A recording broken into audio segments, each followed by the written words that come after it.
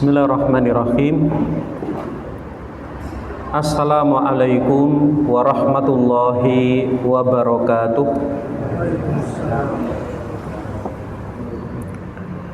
Alhamdulillah, wassalatu wassalamu ala rasulillah nabiyina Muhammadin wa ala alihi wa sahbihi ajmain. Asyhadu an la ilaha illallah wahdahu la syarikalah wa asyhadu anna Muhammadan abduhu wa rasuluhu. Qala Allah ta'ala fi kitabihil karim, ya ayyuhalladzina amanu taqullaha haqqa tuqatih wa la tamutunna illa wa antum muslimun. Amma ba'du. Bapak-bapak, ibu-ibu, ikhwan dan akhwat rahimani wa rahimakumullah. Alhamdulillah, kita bersyukur kepada Allah Subhanahu wa ta'ala. Di kesempatan pada malam hari ini kita bisa dipertemukan kembali oleh Allah Subhanahu wa ta'ala di majelis ilmu kita ini. Setelah beberapa saat kita libur untuk ibadah di bulan Ramadan. Dan alhamdulillah di bulan Syawal kita diberikan kesempatan oleh Allah Subhanahu wa ta'ala, diberikan banyak kenikmatan, keimanan, keislaman, waktu, kesehatan dan nikmat yang lain. Semoga Allah Subhanahu wa ta'ala yang menerima amal ibadah kita semuanya, memberikan keistiqomahan kepada kita dan ilmu yang bermanfaat di dunia dan di akhirat. Allahumma amin. Selawat serta salam semoga terlimpahkan kepada Nabi kita Muhammad sallallahu alaihi wasallam, serta kepada keluarga serta sahabat, tabi'in, tabi'ut tabi'in, serta kepada umatnya yang senantiasa istiqomah berjalan di atas jalan Islam hingga hari kiamat. Baik Bapak Ibu, di malam hari ini kita mulai kembali kajian kita, dan kita nanti masih melanjutkan tentang tafsir ayat-ayat hukum.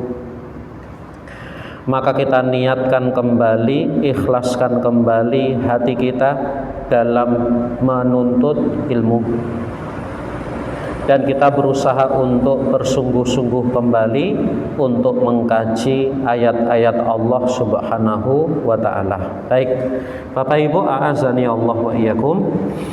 Kita akan baca dan membahas surat Al-Hajj, ayat yang ke-77 dan ayat yang ke-78. Surat Al-Hajj ayat ke-77 dan ayat yang ke-78. Allah Subhanahu wa ta'ala berfirman, memanggil hamba-hambanya yang beriman, Pak. Allah Subhanahu wa ta'ala berfirman pada ayat surat Al-Hajj ayat 77, ya ayyuhalladzina amanu rka'u wasjudu wa'budu rabbakum waf'alul khaira la'allakum tuflihun. Allah Subhanahu wa ta'ala berfirman, wahai orang-orang yang beriman. Yang dipanggil oleh Allah adalah orang-orang yang beriman, Pak, pada ayat ini. Dan ini disebut dengan panggilan keimanan, nidaul iman, ya ayyuhalladzina amanu. Dan para sahabat, mereka menyampaikan, ketika Allah memanggil panggilan dengan ya ayyuhalladzina amanu, wahai orang-orang yang beriman, maka perhatikan. Dan ini unik Bapak Ibu. Setiap baca ayat Al-Quran ada panggilan wahai orang-orang yang beriman, maka perhatikan Pak. Bisa jadi setelahnya akan ada suatu perintah yang Allah perintahkan. Atau bisa jadi setelah panggilan tersebut akan ada suatu larangan yang Allah larang. Ya, maka nanti bisa dilihat ada panggilan wahai orang-orang yang beriman. Biasanya Pak, setelahnya ada perintah atau setelahnya ada larangan. Maka perhatikan Pak, perintah dan larangannya Allah ini. Perintahnya berusaha untuk dikerjakan, kemudian larangannya jangan sekali-kali untuk dilanggar Pak.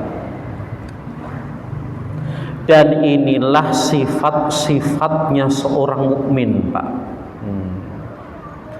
Kalau Allah sudah panggil wahai orang-orang yang beriman, nanti akan ada perintah atau larangan yang ini adalah sifatnya seorang mukmin, harus ditunaikan Pak. Termasuk dalam surat ini ayat yang ke-77 Allah memanggil ya ayyuhalladzina amanurka'u. Ini yang pertama, wahai orang-orang yang beriman, ruku'lah. Diperintahkan Pak, ruku'. Berarti apa? Berarti ruku' itu termasuk dari sifatnya seorang mukmin.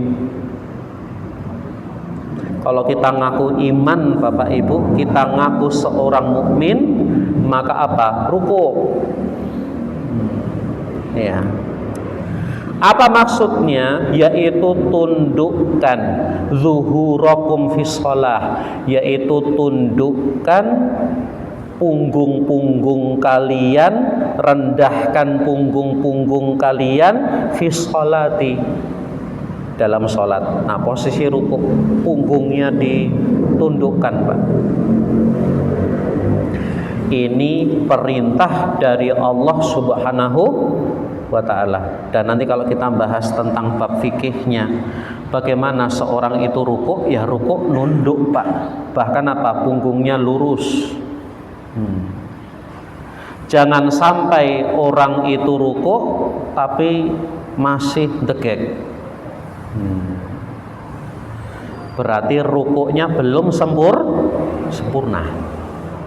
Ketika rukuk betul-betul rukuk.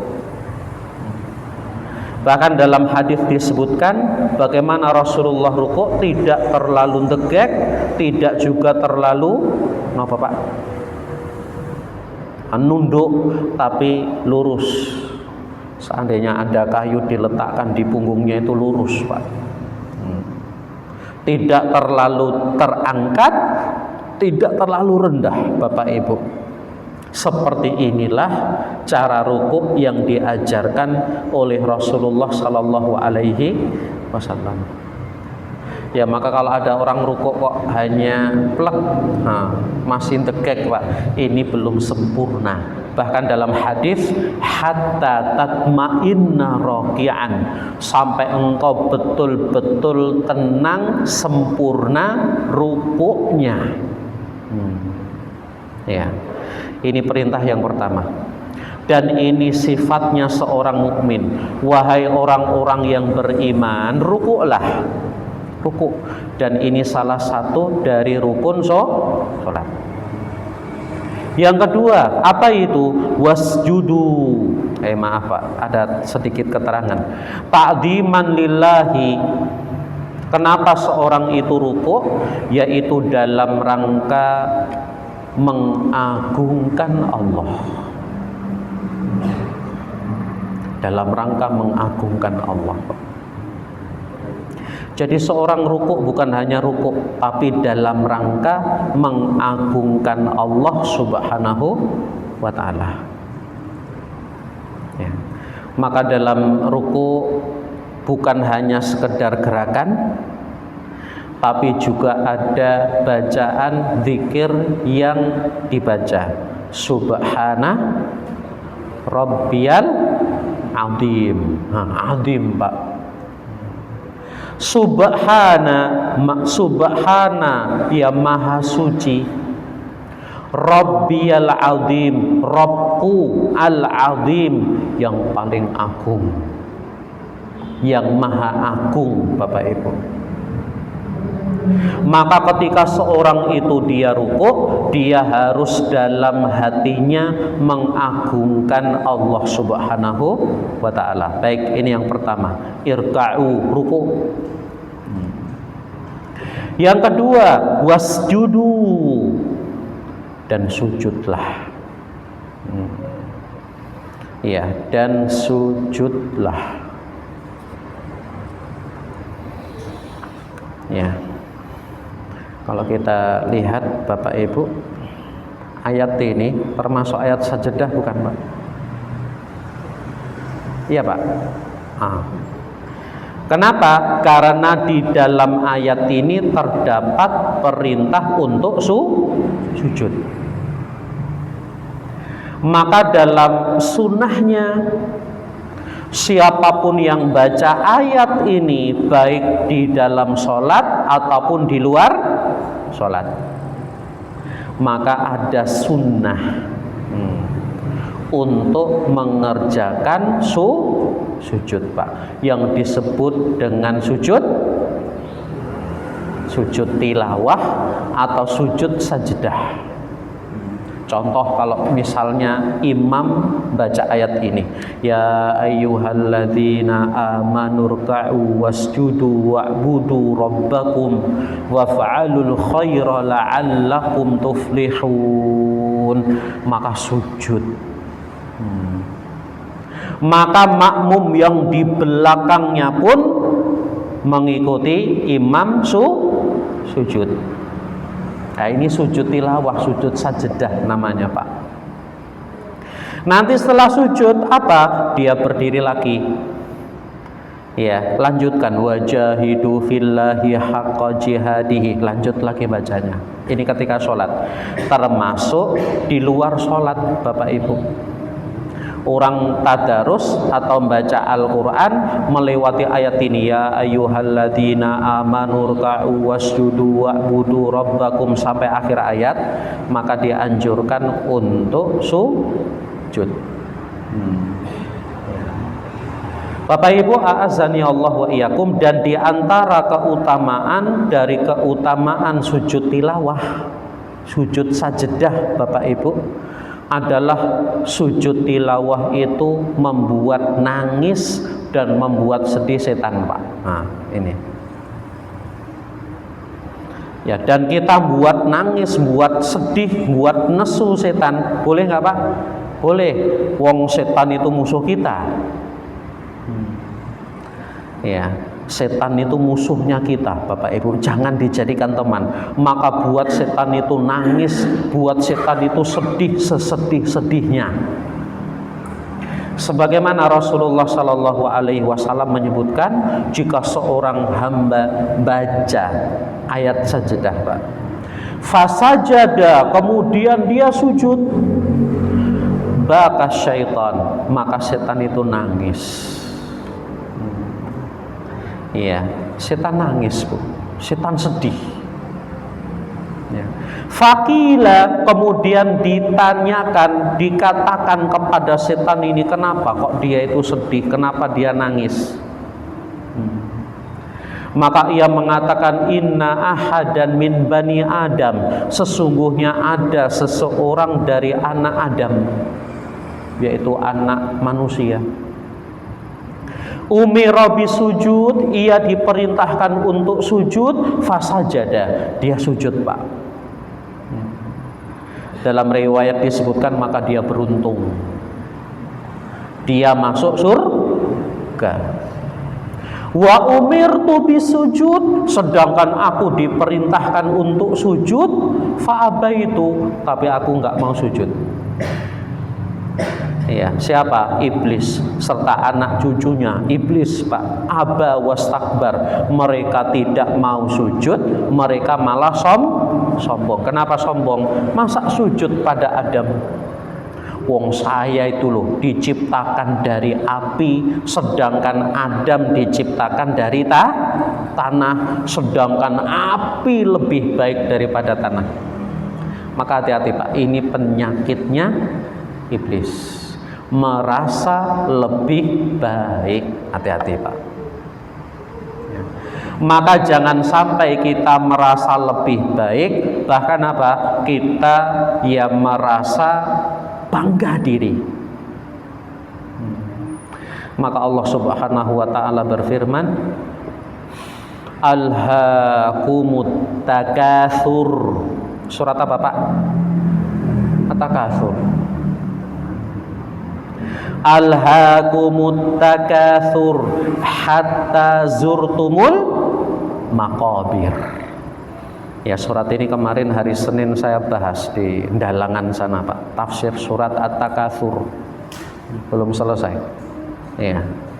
Alhaakumut takatsur. At-takatsur apa? Sikap berlebih-lebihan atau sikap berbangga-bangga Pak. Alhaakum, telah membuat kalian itu lalai. Maka hati-hati Pak dengan sifat bangga diri. Alhaakumut takatsur, ya sikap berbangga-bangga ya telah membuat kalian itu lalai Pak. Lalai dari apa Bapak Ibu? Lalai dari mengingat Allah, kemudian melalaikan juga dari hari akhirat Pak. Maka hati-hati tentang perbuatan berbangga-bangga. Syekh Muhammad Ibn Shalih Al-Utsaimin beliau menyebutkan berbangga-bangga takatsurnya ini dalam urusan apa? Beliau menyebutkan at-takatsuru bil mal. Ada orang yang berbangga-bangganya dalam urusan harta Pak. Hartanya paling banyak, dia jadi orang paling sugih, akhirnya bangga, loh rumahku mewah, ini loh mobilku bagus, mahal. Dengan hartanya bangga Pak, hati-hati. Termasuk kata beliau berbangga-bangga dengan apa lagi?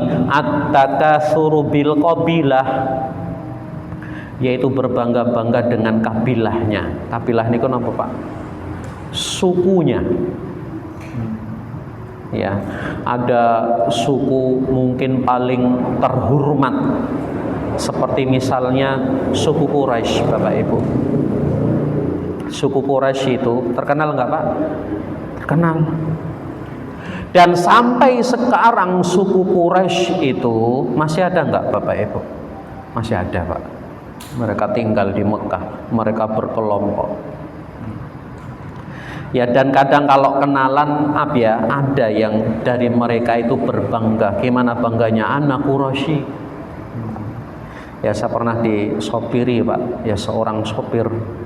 Ya, dia kenalan, kemudian anak Quraisy.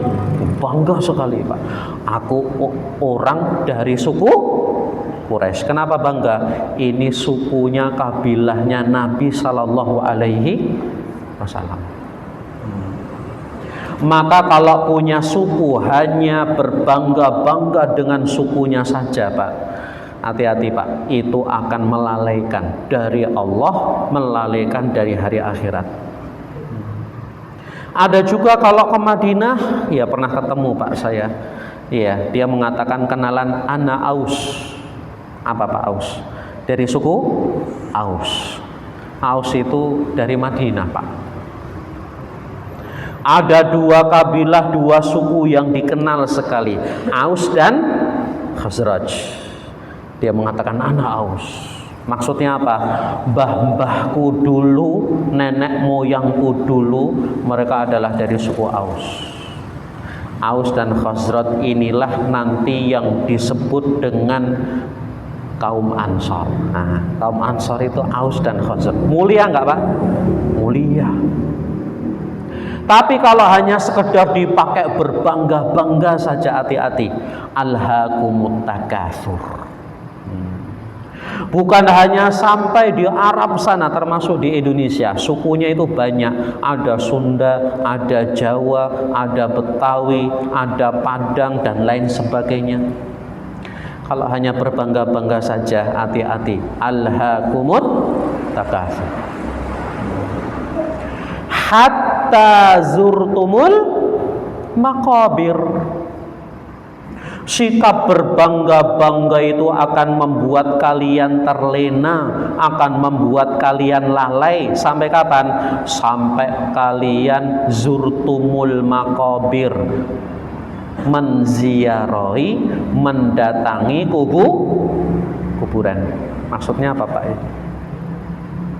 Sampai kalian datang ke kuburan. Para ulama menafsirkan yang paling sahih dalam hal ini, hatta zurtumul maqabir, maksudnya adalah kalian akan terlalaikan dengan berbangga-bangga sampai kalian masuk kubur, alias mati. Lalai terus sampai mati Pak lah, baru selesai lalainya. Tinggal menikmati siksa kuburnya saja. Ini penafsiran yang paling sahih. Ada penafsiran yang lain. Apa itu hatta zurtumul maqabir? Kalian itu berbangga-bangga terus sampai bahkan kalian ziarah kubur Pak, masih bangga-bangga. Ada nggak Pak? Ada. Masuk ke kuburan, ziarah kubur, harusnya mengingat mati. Di kuburan malah berbangga. Bagaimana bangganya? Ini loh mbahku, keturunan Ningratin. Ini loh mbahku kiai, ini loh mbahku ini dan itu dan lain sebagainya. Sampai ziarah kubur pun malah berbangga. Ya. Bahkan ada yang berbangga, ini loh, nanti kalau aku mati dikuburkannya di sini. Ternyata dia sudah pesen kapling. Kapling apa Bu? Kapling kuburan. Ada nggak Pak? Ada. Dulu saya pernah ketemu di Jakarta. Ya, dia seorang kontraktor Pak. Ternyata bukan kontraktor perumahan, kontraktor kuburan. Ada loh Pak. Ya, ketika saya tanya, Pak, ini kalau pesan kuburan ya di tempat ini tuh berapa? Ya paling murah Mas, itu 22 juta Pak. Paling murah loh Pak ini. Terus paling mahal pinten Pak? Paling mahal itu ya ada yang 100 juta, ada yang 200 juta, bahkan lebih daripada itu. Full fasilitas Pak. Napa fasilitas kuburan? AC. Iya. Fasilitasnya apa? Nanti kalau dikubur di sini bayarnya sekian ratus juta, nanti orang ziarah bisa ada tempatnya, nyaman, enak, bahkan disiapi minum, ken betah ziarah kubur. Ya. Bahkan disiapkan itu tempat main, taman anak-anak. Bahkan ada tempat dia untuk nikahan Pak, lo bayangkan, nikahan saja di kuburan. Akhirnya orang bangga-bangga Pak. Inilah aku ngapling kuburan di sini, bangga Pak. Maka betul kata Allah, alhaakumut takatsur hatta zurtumul maqabir. Bahkan sampai kalian ziarah kubur sekalipun masih berbangga-bangga Pak. Ya, maka Bapak Ibu a'azzani Allah wa iyyakum. Nah, hati-hati ya dari perkara yang melalaikan, yaitu berbangga-bangga. Seorang merasa lebih baik, akhirnya maaf jadi kayak iblis. Dia merasa lebih baik dari yang lain Pak. Disuruh sujud, nggak mau. Saya lebih baik daripada Adam. Adam diciptakan dari tanah, saya diciptakan dari api, dan api lebih baik daripada tanah. Maka kalau kita punya sifat seperti ini Pak, hati-hati. Ini sifatnya iblis Pak. Jangan merasa lebih baik. Bapak Ibu, a'azzani Allah wa iyyakum, ini perintah yang kedua, sujud. Ya. Disebutkan dalam tafsir, apa itu wasjudu? Sujudlah, do'u fi shalah. Maksudnya sujud yaitu merendahlah kalian dalam sholat. Dan sujud itu adalah keadaan yang paling rendah sekali Pak dalam sholat. Do'u fi sholati jibahakum wa baqiyata a'dha'i sujud 'alal ardi. Rendahkan diri kalian ketika sholat. Apanya? Jidat kalian, batuknya kalian letakkan di lantai. Kalau belum keramikan, letakkan di tanah. Padahal wajah ini Bapak Ibu, ya tempat yang mulia Pak. Orang itu lihat gantengnya, lihat cantiknya dari apa? Wajah. Tapi letakkan ketika sujud, betul-betul merendah di hadapan Allah Subhanahu wa ta'ala. Apakah hanya wajahnya saja diletakkan? Wa baqiyata a'dha'i sujud, dan letakkan anggota-anggota sujud yang lain alal ardi, di atas bumi Pak. Dan anggota sujud ada 7. Yang pertama wajah, meliputi batuk, jidat, dan hidung, tempelkan. Kemudian 2 telapak tangan, kemudian 2 lutut, kemudian 2 telapak kaki. Semuanya harus nempel Pak. Maka keadaan sujud itu keadaan yang paling rendah sekali Pak, seorang hamba di hadapannya Allah. Dan sujud hanya boleh dikerjakan hanya untuk Allah Subhanahu wa ta'ala. Tapi meskipun sujud ini keadaan paling merendah sekali Bapak Ibu, ternyata sujud ini adalah gerakan dan posisi yang paling utama Pak. Bahkan dari gerakan-gerakan sholat, yaitu tempat yang paling diijabai doa adalah ketika sujud. Kalau kita bahas bab tentang sujud, sujud itu keadaan seorang paling menghambakan betul Pak kepada Allah. Maka dibuktikan dengan seorang sujud. Dan ini perintah dari Allah Subhanahu wa ta'ala. Apa akhirnya Pak? Ketika iblis tidak mau sujud, maka dia dijamin neraka. Maka jangan sampai kita masuk neraka gara-gara tidak mau sujud. Baik, Bapak Ibu, a'azzani Allah wa iyyakum. Ya ayyuhalladzina amanu ruk'u wasjudu wa'budu rabbakum. Yang ketiga, wahai orang-orang yang beriman, rukuklah, sujudlah, wa'budu rabbakum, dan sembahlah Rabb kalian. Ini yang ketiga, sembahlah Rabb kalian.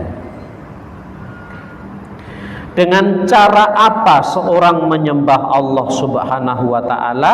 Ya dengan rukuk, dengan sujud, kemudian bentuk ibadah-ibadah yang lain.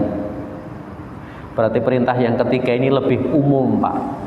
Kalau perintah yang pertama khusus rukuk, bentuk yang kedua khusus sujud. Adapun perintah yang ketiga ya dia umum Pak. Wa'budu rabbakum, sembahlah Rabb kalian dengan berbagai macam bentuk persembahan. Kalau itu sudah ibadah dan persembahan hanya untuk Allah saja. Apa misalnya kita berpuasa, sebulan kemarin kita berpuasa, maka puasa harus diperuntukkan hanya untuk Allah Subhanahu wa ta'ala. Seorang bersumpah, seorang bernazar, bahkan seorang mengerjakan apapun dari bentuk ibadah hanya untuk Allah saja. Kalau ada orang memperuntukkan suatu ibadah kepada selain Allah, maka ia terjatuh kepada perbuatan syirik. Ini perintah Bapak Ibu. Ya, dan disinilah kita diciptakan oleh Allah Subhanahu wa taala untuk ibadah, Pak. Wa ma khalaqatul jinna wal insa illa liya'budun. Tidaklah aku menciptakan jin dan manusia, kata Allah, kecuali hanya untuk ibadah. Maka Bapak Ibu, segala bentuk macam ibadah kita berusaha paham, berusaha tahu, Pak. Ada ibadah-ibadah terkait dengan hati, semuanya hanya untuk Allah, Pak. Apa misalnya isti'anah? Kenapa Pak isti'anah? Minta tolong. Ya, hati. Apa itu hati? Misalnya seorang khauf, takut. Kemudian roja, kenapa roja? Berharap. Kemudian tawakal, pasrah, berserah diri, Pak, hanya kepada Allah saja. Kemudian seorang sabar, seorang syukur, dan lain sebagainya. Ibadah-ibadah, amalan-amalan hati hanya untuk Allah. Ada ibadah terkait dengan lisan, apa Bu? Dzikir, baca Al-Quran, ya, dan lain sebagainya. Doa, ya, hanya untuk Allah, termasuk anggota badan, Pak. Ya, kita sholat, kita haji, kita umroh, kita puasa, kita sedekah, dan lain sebagainya. Maka sembahlah Allah dengan berbagai macam ibadah ini, ya. Waf'alul khairah. Kemudian perintah yang keempat, waf'alul khairah, dan kerjakanlah kebaikan, ya. Dan kerjakanlah kebaikan. Apa itu kebaikan? Ai kullama kana khairan minal ibadat. Kebaikan yang dimaksud adalah setiap kebaikan dari ibadah-ibadah. Maka semua ibadah itu kebaikan, Pak. Wal ihsan ilal khalqi, termasuk yang dimaksud dengan kebaikan adalah seorang berbuat baik kepada makhluk. Iya. Jadi apa? Kalau kita ibadah itu bahasa lainnya hablum minallah. Hubungan kita dengan Allah. Ternyata Bapak Ibu, dalam Islam itu bukan hanya hubungan kepada Allah, Pak, tapi ada juga hablun minan nas, hubungan kepada sesama manusia. Dan Islam mencakup dua hal ini, Bapak Ibu. Jangan sampai kita hanya mengutamakan hablun minallahnya saja, Pak. Enggak boleh. Bahkan banyak dalam syariat Allah dan Rasulnya mengajarkan, memerintahkan hablun minan nas. Contoh Bapak Ibu, Allah berfirman, Rasulullah Shallallahu Alaihi Wasallam bersabda, "Man kana yu'minu billahi wal yaumil akhiri falyukrim dhaifahu." Barang siapa yang beriman kepada Allah dan hari akhir, hendaklah ia memuliakan tamunya. Oh, Pak, memuliakan tamu, hubungan manusia dengan manusia. Fal yukrim jarahu, muliakan tetangganya. Man kana yu'minu billahi wal yaumil akhiri falyakul khairan aw liyasmut. Barang siapa beriman kepada Allah dan hari akhir, hendaklah ia berucap yang baik atau dia diam, Pak. Berucap kepada siapa? Kepada sesama manusia, Bapak Ibu. Ya. Maka Bapak Ibu, a'azzani Allah wa iyyakum, termasuk silaturahim. Ya. Silaturahim itu hubungan manusia dengan manusia, nggak boleh diremehkan, Pak, ini. Bahkan Rasulullah mengancam, la yadkhulul jannah qati'. tidak akan masuk ke dalam surga qati'un, orang yang memutus silaturahim. Berarti hubungan manusia dengan manusia penting nggak Pak? Penting. Bahkan diperintahkan dalam syariat Pak. Ya. Maka nggak boleh orang itu hanya sholat tok dewe, kemudian puasa terus, tapi dengan manusia dia jelek, nggak boleh Pak. Seorang mukmin, seorang muslim diajari kepada Allah itu harus baik, kepada manusia juga harus baik. Hablun minallahnya baik, hablun minannasnya baik Bapak Ibu. Nah ini waf'alul khaira, dan kerjakanlah kebaikan, baik kepada Allah ataupun baik kepada manusia, bahkan Bapak Ibu baik kepada makhluk Allah yang lain termasuk binatang.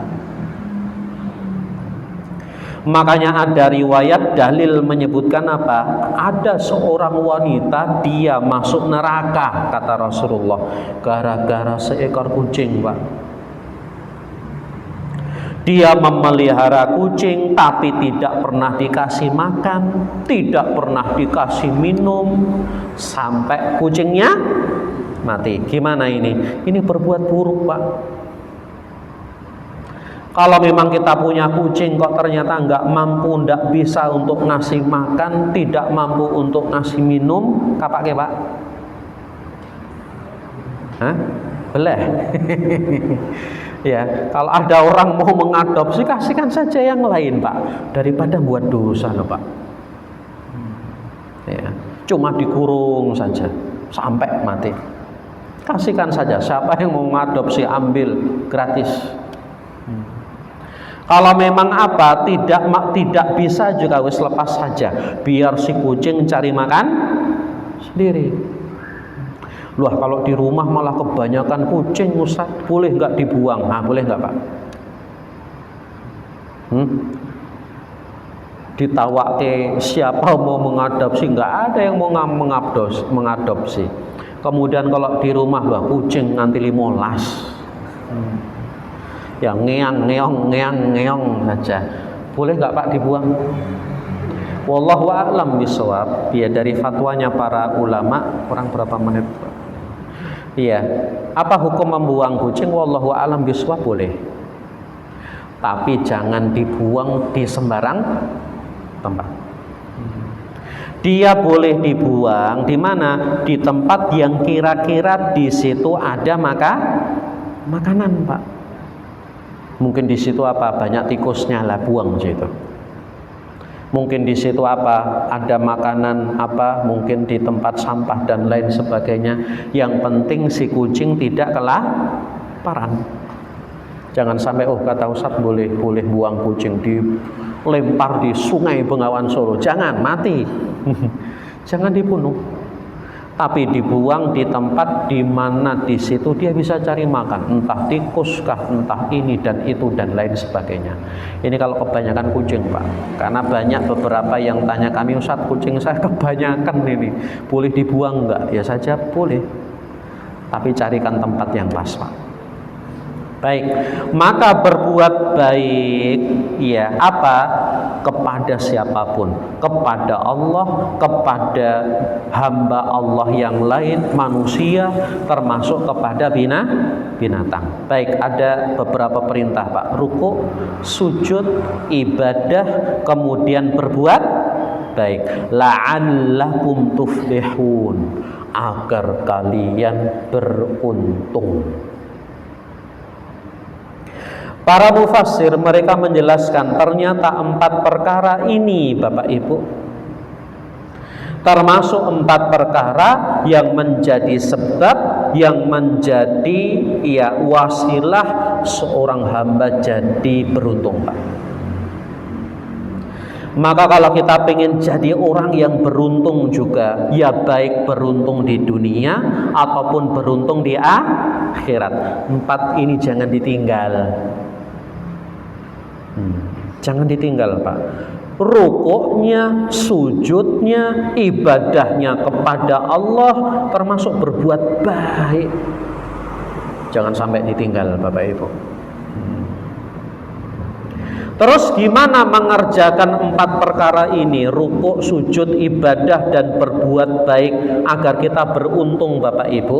Lah, disambung nanti Pak di ayat yang setelahnya. Wajahidu fillahi haqqa jihadih.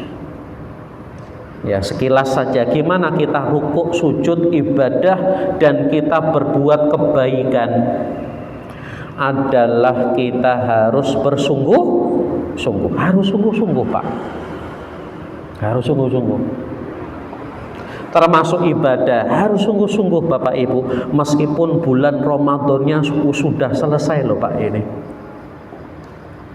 Yang ketika bulan Ramadan kita puasa sungguh-sungguh, baca Al-Quran sungguh-sungguh, bahkan pada khatam baca Al-Quran di bulan Ramadan. Kenapa? Sungguh-sungguh. Bahkan habis atas sholat taraweh saja 8:30, tadarus 1 juz sampai jam 9:30. Kuat nggak Pak? Kuat. Ya. Apalagi di luar bulan Ramadan, harusnya Pak. Kuat nggak Pak? Kuat. Selesai Isya jam, hitung aja setengah 8. Seandainya 7:30 setelah sholat Isya dia buka Al-Quran, baca di masjid 1 juz, selesai jam 8:30. Kuat Pak? Harusnya kuat.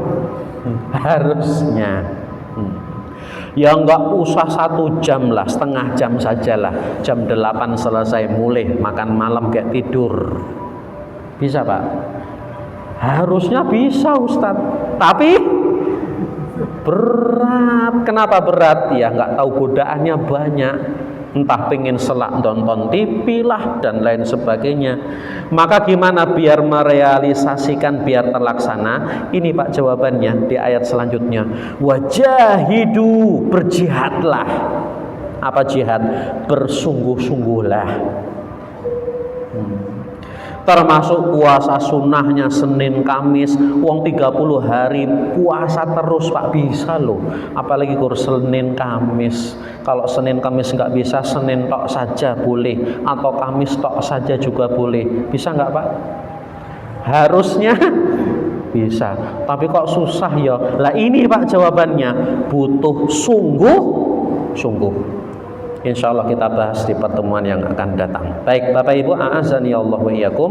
Ini 4 perkara termasuk dari kunci kebahagiaan, kunci kesuksesan Pak. Orang yang ingin beruntung jangan lepas 4 perkara ini. Amalkan dalam kehidupan sehari-hari. Rukuk, sujud, itu terkumpul dalam sholat. Kemudian ibadah kepada Allah dengan berbagai macam bentuk ibadah Pak. Kemudian kerjakanlah kebaikan, baik kepada Allah, baik kepada manusia, baik kepada makhluknya Allah yang lain. Wallahu a'lam bishawab. Semoga Allah Subhanahu wa taala menjadikan kita hamba-hamba yang senantiasa beruntung di dunia dan di akhirat. Allahumma amin. Baik, ini dari kami, semoga bermanfaat. Kemudian kajian kita insya Allah sudah kita mulai lagi Pak, rutin setiap hari Rabu ba'da maghrib sampai Isya.